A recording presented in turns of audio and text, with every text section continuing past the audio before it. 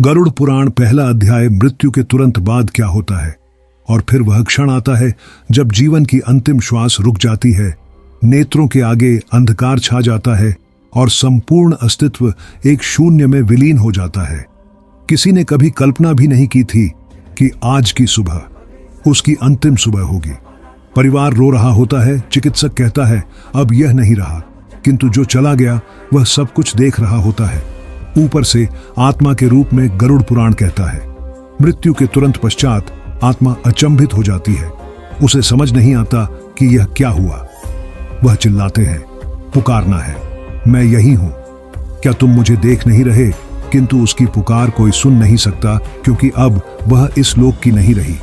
उस क्षण वह जिनसे सबसे अधिक प्रेम करती थी उन्हें छूने का प्रयास करती है, अपने बच्चों को गले लगाना चाहती है, अपनी मां का हाथ पकड़ना चाहती है, परंतु हर बार वह केवल वायु को स्पर्श करती है। और यही होता है मृत्यु का सबसे बड़ा दुख, जैसे जीवित होकर भी मर चुका हो।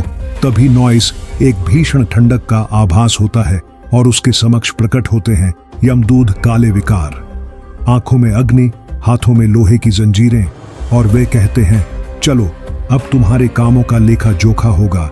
वहीं से आरंभ होती है आत्मा की वास्तविक यात्रा, जहां कोई संबंध काम नहीं आते, न धन न नाम, केवल तुम्हारे कर्म, जो एक एक अक्षर की भांति ब्रह्मांड में अंकित है।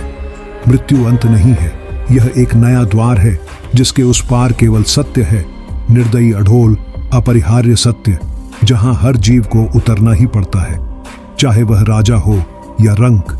यह था गरुड़ पुराण का पहला सत्य।